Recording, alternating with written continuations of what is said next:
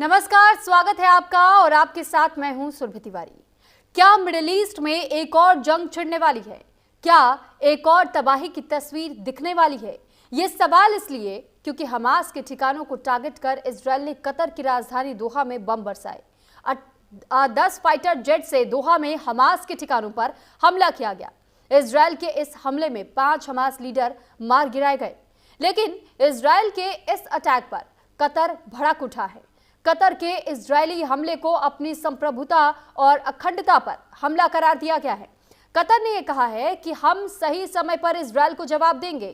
Israeli हमले को लेकर के कतर ने अमेरिका से भी बात की। अब सवाल यह है कि इजरायली हमले पर कतर का आखिर क्या जवाब होगा? क्या इजरायल और कतर अब टकराएंगे? आज इसी मुद्दे को लेकर के बातचीत करेंगे, लेकिन उससे पहले सबसे पहले ये खास रिपोर्ट देखिए।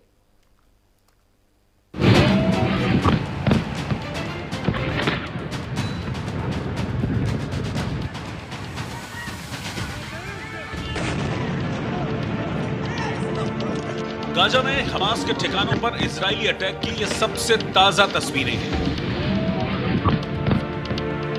इजरायल के हवाई हमले की ये तस्वीरें हमास की बर्बादी की कहानी बयां कर रही हैं। ये तस्वीरें चीख चीख कर बता रही हैं कि हमास के एक एक आतंकी की कब्र खोदने की पूरी तैयारी इजरायल ने कर ली है। तस्वीरों में आप देख सकते हैं कि नेतन्याहू की सेना ने हमास के ठिकानों पर बम की बरसात कर गाजा को धुआं-धुआं कर दिया। इजरायल डिफेंस फोर्स ने 2 दिन में हमास के ठिकानों पर दूसरा सबसे बड़ा हमला किया। इजरायल के इस हमले में करीब 50 लोग मारे गए, जबकि 200 से ज्यादा लोग घायल हुए। गाजा से पहले इजरायल ने कतर की राजधानी दोहा में भी हमास के ठिकानों को दहला दिया। नेतन्याहू की फोर्स ने हमास के नेताओं को निशाना बनाते हुए हमास के ठिकानों पर बम बरसाए, जिनकी तस्वीरें भी सामने आई। तस्वीरों में आप देख सकते हैं कि इजरायली हमले के बाद हमास के ठिकानों से धुआं उठ रहा था। अटैक के बाद दोहा के आसमान में काले धुएं का गुबार उठता है। बताया जा रहा है कि इजरायल की सुरक्षा एजेंसी शिन लेट ने इस ऑपरेशन को अंजाम दिया। हमला इजरायल की वायुसेना द्वारा किया गया। इस ऑपरेशन में 10 से ज्यादा फाइटर जेट्स भी शामिल थे, जिनमें रडार से बचने के लिए डिजाइन किए गए अमेरिकी F-35 स्टेल्थ जेट भी थे। दावा है कि इजरायल के इस हमले में हमास के 5 नेता भी मारे गए हैं। दोहा में हमास के ठिकानों पर हमले को लेकर इजरायल के प्रधानमंत्री का बयान भी सामने आ गया है। नेतन्याहू ने इस ऑपरेशन को स्वतंत्र अभियान बताया। उन्होंने सोशल मीडिया प्लेटफॉर्म एक्स पर पोस्ट कर लिखा, हमास के शीर्ष आतंकवादी आकाओं के खिलाफ की कार्रवाई पूरी तरह से स्वतंत्र इजरायली अभियान था। इजरायल ने इसकी शुरुआत की, इजरायल ने इसे संचालित किया और इजरायल इसकी पूरी जिम्मेदारी लेता है। इजरायल ने कतर में हमास के ठिकानों पर ऐसे वक्त में हमला किया है जब हमास के लीडर सीज फायर और बंधकों की रिहाई के अमेरिकी प्रस्ताव पर चर्चा कर रहे थे। तभी अचानक आसमान से बमों की बरसात हो गई। लेकिन इजरायल के इस हमले पर कतर भड़क उठा। हमले को कतर सरकार ने कायरतापूर्ण और अंतर्राष्ट्रीय कानूनों का उल्लंघन बताया।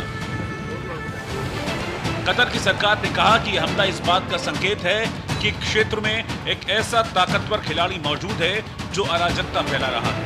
नेतन्याहू पूरे इलाके को अपूरणीय टकराव की ओर धकेल रहे हैं। कतर अपनी संप्रभुता और क्षेत्रीय अखंडता के किसी भी उल्लंघन को बर्दाश्त नहीं करेगा। जरूरत पड़ने पर कतर उचित जवाब देने का अधिकार रखता है। एक कानूनी टीम बनाई गई है जो अंतर्राष्ट्रीय कानून के तहत सभी विकल्पों की समीक्षा करेगी।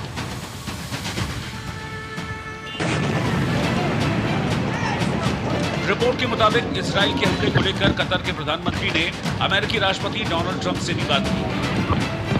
इस बीच अमेरिका की ओर से दावा किया गया कि कतर को पहले ही हमले की चेतावनी दी गई थी। हालांकि कतर के पीएम अल थानी ने इसे खारिज कर दिया। अल थानी ने कहा, अमेरिकी संदेश और हमले के बीच कम से कम 10 मिनट का अंतर था। जब तक संदेश हमारे अधिकारियों तक पहुंचा, तब तक धमाके शुरू हो चुके थे।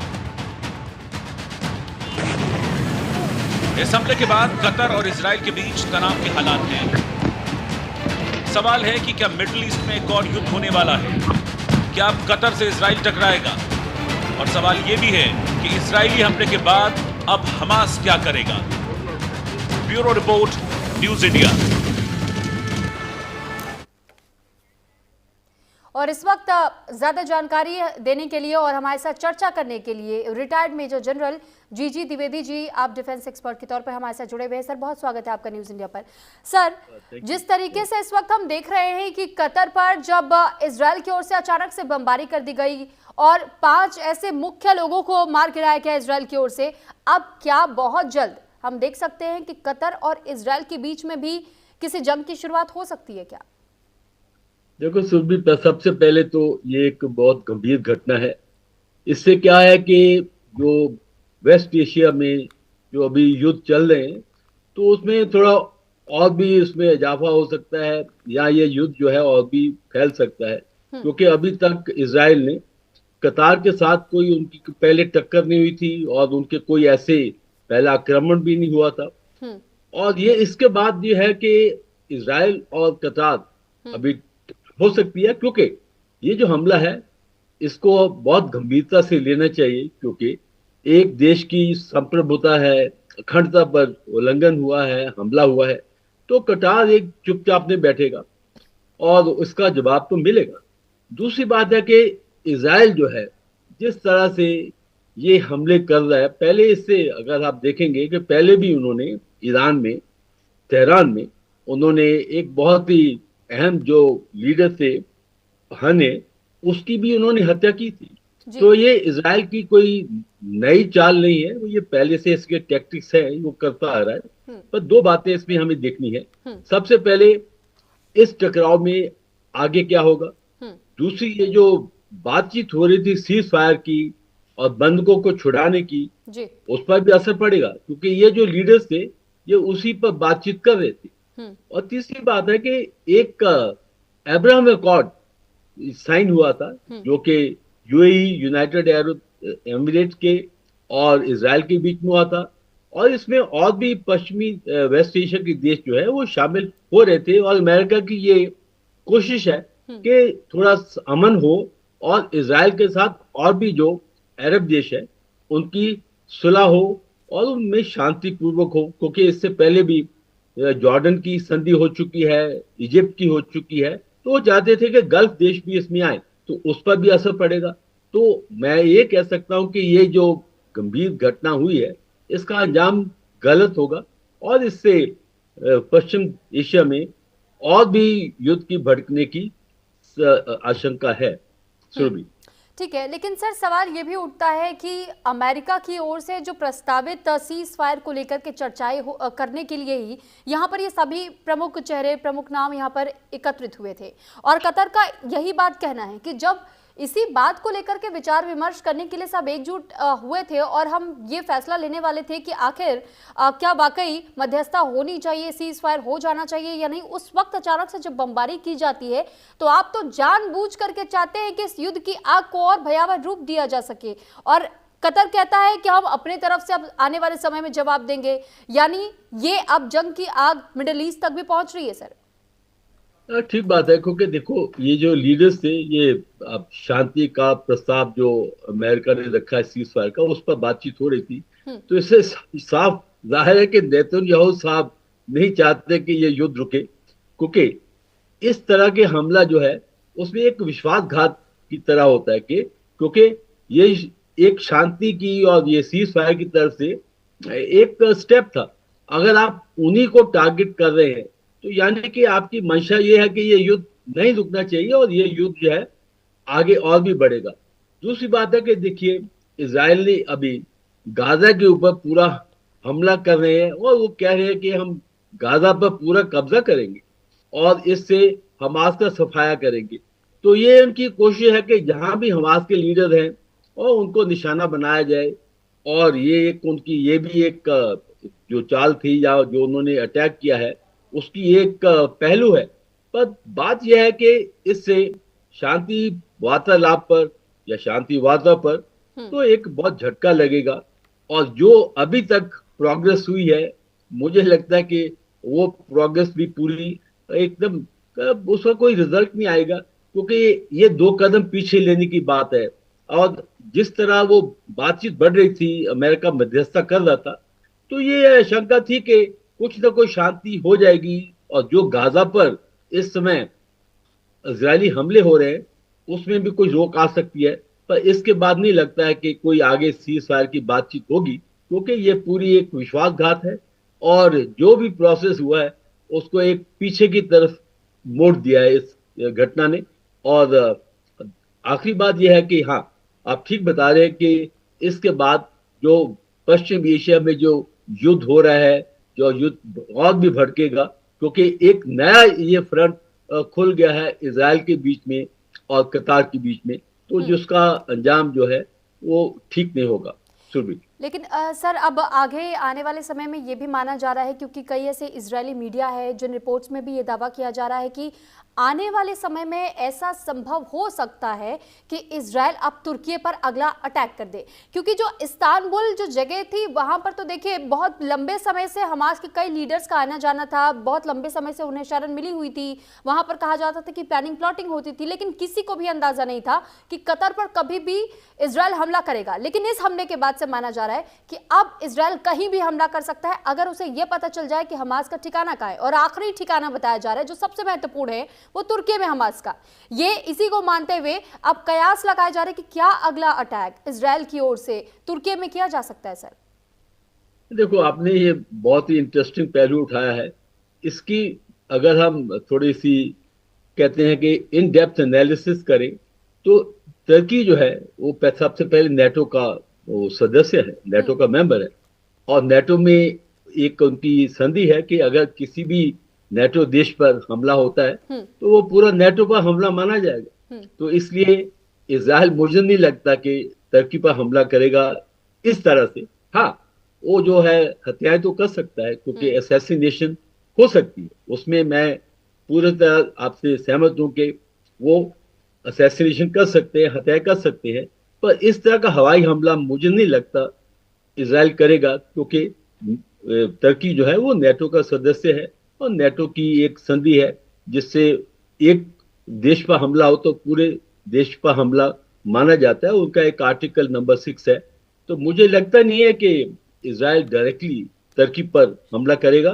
पर हाँ, जैसे असैसिनेशन है, वो मोसाद है और भी उनके ऐसे संगठन है, तो जैसे कोवर्ट असैसिनेशन हो सकती है, उसका पूरा अंदेशा है।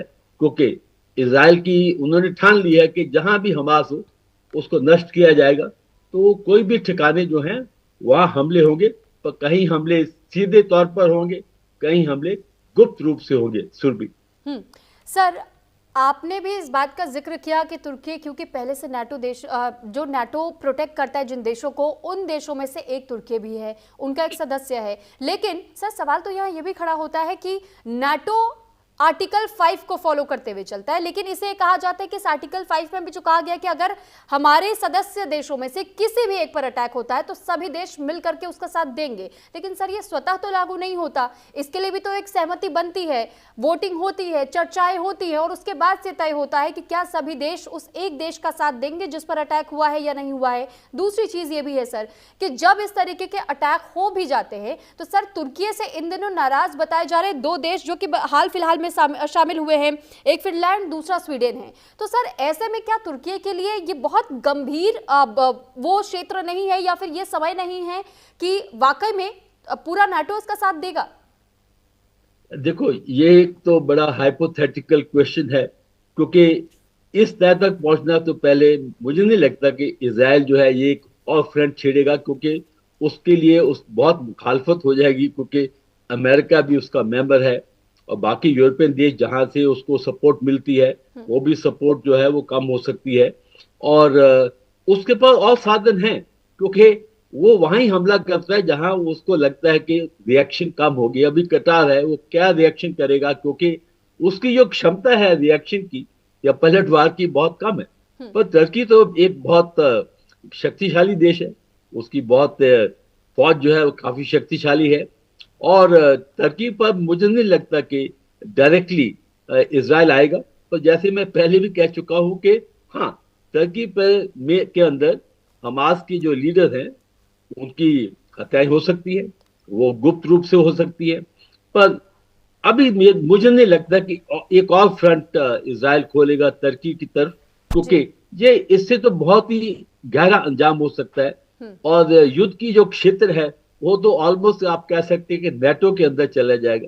तो मुझे लगता है कि इजराइल जो है, ये जो भी उनके एक्शन है या जो भी उनके प्रोएक्टिव बम्बार्डमेंट है या एरियल अटैक्स है, सर वो इसीलिए तो पश्चिम आर्टिकल 5 देशों का के जिक्र अंदर किया। ही रखेगा। जी सर, इसीलिए तो आर्टिकल 5 का जिक्र किया कि उनका तो सिद्धांत ही यही कहता है कि अगर किसी भी देश पर अटैक होता है तो पूरा नेटो एक साथ हो जाएगा। अब नेटो अगर साथ आने में भी, उसमें भी सर सबसे बड़ी बात है यह है कि स्वतः संज्ञान कभी नेटो की ओर से नहीं लिया जाता है। पहले एक मीटिंग हो, पहले चर्चाएं हो, विचार विमर्श हो कि हमें साथ देना है नहीं देना है। पहले से दो देश नाराज चल रहे हैं, अमेरिका की कड़ी नजर है क्योंकि हमास को पहले से जो पनाह दिए हुए तुर्की, और इसको लेकर भी सर बहुत सारे सवाल अमेरिकी प्रेसिडेंट की ओर से उठाए भी जा चुके हैं। इसको नाराजगी को लेकर के उन्होंने बहुत स्पष्ट तौर पर यह बताया था कि हमास को या आतंकवाद फैलाने वाले लोगों को जो समर्थन दे रहे हैं उनसे हमारी नाराजगी है। तो सर ऐसे में तो चुनौती है तुर्की के लिए, ये तुरुप का इक्का साबित होगा उनके लिए या नहीं होगा? नहीं, बिल्कुल सुबी, आपने बिल्कुल ठीक बताया, क्योंकि अमेरिका भी नाराज है, क्योंकि अमेरिका की पूरी सपोर्ट है इजराइल को। जो इजराइल की ये हरकतें हो रही हैं, ये अमेरिका की सपोर्ट है। हाँ हाँ, अमेरिका अक्सर पल्ला झाड़ लेता है। अभी भी उन्होंने बताया कि देखो, ये जो हमला हुआ है ये इजराइल ने खुद अपने आप किया, हमारा इसमें कोई लेन देन नहीं था। पर पॉइंट यह है, उनकी टैसिट सपोर्ट तो है। और दूसरी बात है कि मुझे लगता है कि तुर्की इस हद तक नहीं जाएगा कि उस पर हमला हो।